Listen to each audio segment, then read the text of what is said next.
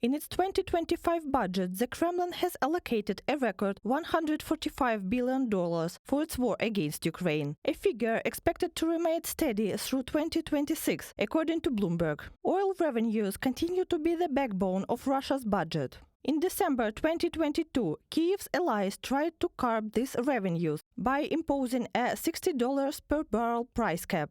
However, Russia managed to bypass sanctions, using a so-called shadow fleet, old tankers registered in third-country jurisdictions. To counter this, the European Union is preparing its 15th sanctions package, which targets Russia's shadow fleet.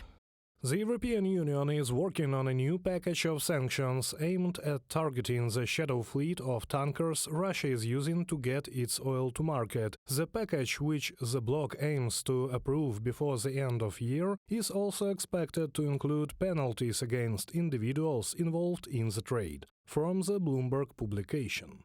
However, analysts question the effectiveness of Brussels' plans, as the primary buyers of Russian oil are India and China.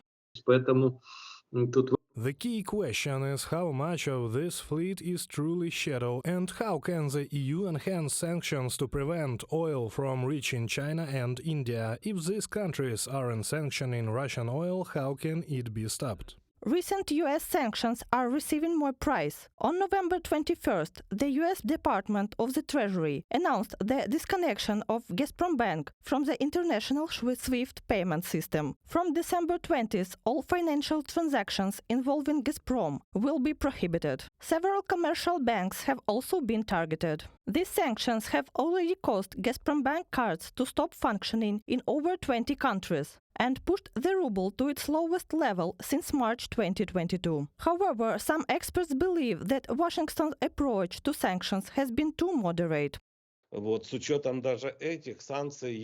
Even with these sanctions, I would call Biden's sanction policy very restrained. It doesn't fundamentally destroy Russia's economy but creates difficulties. The impact is about 1% of GDP annually.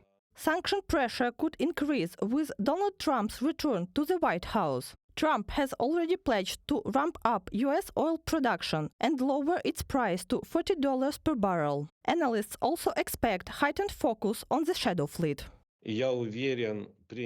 I am confident that under Trump there will be a ban on importing Russian natural gas and LNG into Europe, with the EU stepping in to fill the gap. I also expect targeted sanctions, for example, against the maritime fleet, specifically the shadow fleet that Russia uses to illegally transport oil to global markets. I believe severe sanctions will be imposed on them as well, potentially including the seizure of these ships and criminal prosecution of their captains and the owners of the companies involved. Meanwhile, Russia's economy is facing growing challenges. Massive investment in the military-industrial complex are creating systematic imbalances and fueling inflation. The Russian central bank has responded by repeatedly raising interest rates, stifling financial activity. However, inflation remains uncontrollable, and businesses are complaining about mounting pressure while calling for central bank reforms. According to Kirill Budanov, chief of the main directorate of intelligence of Ukraine, Russia could face severe economic problems by the summer of 2025. Reported by Bastun Katerina, Andriy Dmitrenko, UATV News.